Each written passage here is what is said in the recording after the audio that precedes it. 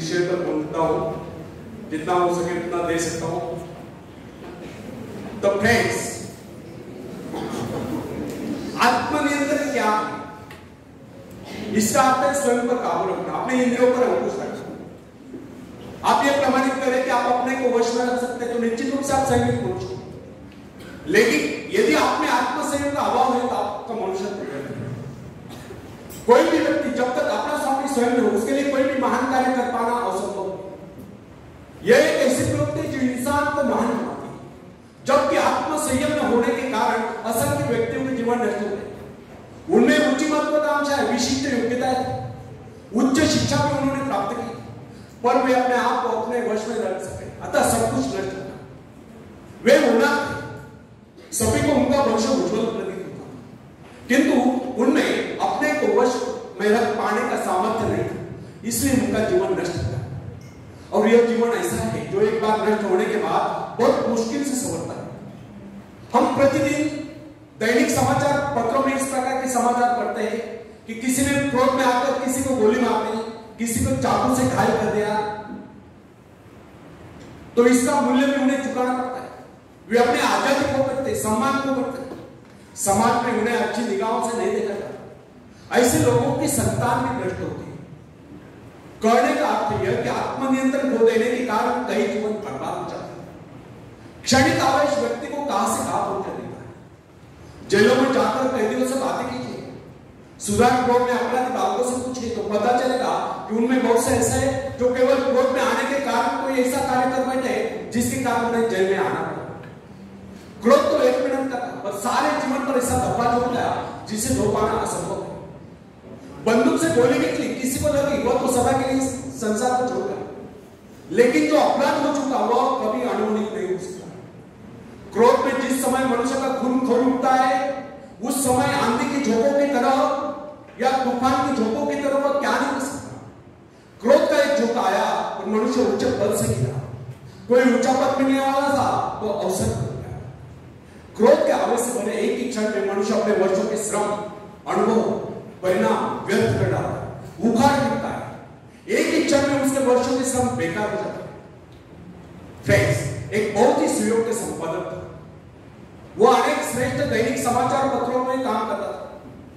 उसकी लेखनी में शक्ति थी। वो योग्यतापूर्वक अनेक विषयों पर लिख सकता था। इतिहास का पंडित था और बड़ा ही कोमल उदय। आवश्यकता पड़ने पर वो अनेक लोगों की सहायता भी कर चुका था, परंतु उसमें कमी यह थी कि पल भर में पारा गर्म होते ही वो अपने ऊंचे पद से त्याग पत्र देता था, जिसे प्राप्त करने के लिए उसे वर्ष तक परिश्रम करने पड़ता था। इस प्रकार उसके वर्षों के श्रम एक ही पल में धूल में मिल जाए। उस जैसी योग्यता वाले व्यक्ति कभी थे, पर उसे अपने काम के लिए निरंतर भटकना पड़ता था। आज कहीं तो कल कहीं। कार्य की अस्थिरता के कारण उसके परिवार का निर्वाह भी बहुत कठिनाई से हो पाता था। फ्रेंड्स, क्रोधी व्यक्ति हमें अनेक क्षेत्र में मिल जाया करता है। पल भर में पारा चढ़ते हुए अपने महीनों या वर्षों के काम पर पानी दे देते। अनेक बार ऊंचे पदों पर पहुंचकर भी नीचे उतरा। मैं अनेक ऐसे वृद्ध व्यक्ति को जानता हूं जिनका जीवन क्रोधी होकर बिगड़ गया। उन्होंने अपने से मतभेद रखने वाले व्यक्तियों का कभी सम्मान नहीं किया और इसी वजह से सम्मानित पदों से हाथ धोते हैं। क्रोध से उन्हें क्या हानि होगी इस बात की उन्होंने चिंता नहीं की। वे अपने जुबान पर लगाम न लगा सके और न करने योग्य बात भी दूसरों से कर गए। फ्रेंड्स, सफलता के लिए साहस जरूरी है। इसी प्रकार जिस व्यक्ति में काम करने की योग्यता हो पर साहस न हो तो क्या होगा। इसी कारण बातचीत में अपने दृढ़ निश्चय का प्रण कीजिए, अपने आत्मविश्वास को बढ़ाइए, अपने व्यक्तित्व को विजय का रूप दीजिए और पूरे उत्साह, जोश और उमंग के साथ वह कार्य आरंभ कीजिए। अपने आप से बातचीत के समय यदि आप अपने प्रति ईमानदार है तो दृढ़ता से अपने निश्चय को दोहराएंगे। यदि आप अपने निर्णय को अंतिम, अटल और अपरिवर्तित मानकर चलेंगे तो आपको देखकर आश्चर्य होगा कि वह काम सरल हो गया है और आपकी कार्यशक्ति बढ़ गई, आपका आत्मविश्वास बढ़ेगा और आप में अपने विचारों को कार्य रूप में परिवर्तित करने की शक्ति आ जाए। फ्रेंड्स, स्वयं को लगता है एक नवयुवक अपने से परिचित लोगों से भेंट करने में लज्जा अनुभव करता था। उनसे बातचीत करने में वो घबराता और संकोच अनुभव करता था। ऐसा उसके द्वारा स्वयं स्वयं का अवमूल्यन करने से हुआ। वो अपने आप को दूसरों से घटिया समझता, तुच्छ समझता, नीचा समझता। वो अपने गुणों को और अच्छाओं को भी बुरा समझता। किसी व्यक्ति ने उसे आत्मसंबोधन का सुझाव, अपने मन से बातचीत करते रहो, वो सर्वथा परिवर्तित व्यक्ति बन गया। बाद में लोगों को संदेह होता था क्या यह वही लोग है जो पहले जगता और हिचकिचाता। आत्मविश्वास के कारण उससे व्यक्ति का ऐसा विलक्षण विकास हुआ कि जहां भी जाता अपना विशिष्ट प्रभाव छोड़ता। बातचीत करता तो लगता फूल चढ़ रहे, उसकी बातचीत का लोगों पर तुरंत प्रभाव पड़ता। उसने अपने अनुभव मुझे बताया।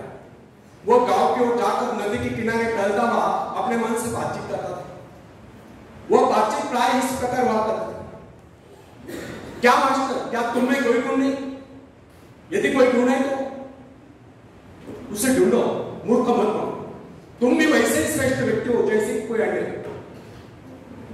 अपना मस्तक ऊंचा उठा और मनुष्य हो। दूसरों से बातचीत और व्यवहार करने में डरना और संकोच करना छोड़ो।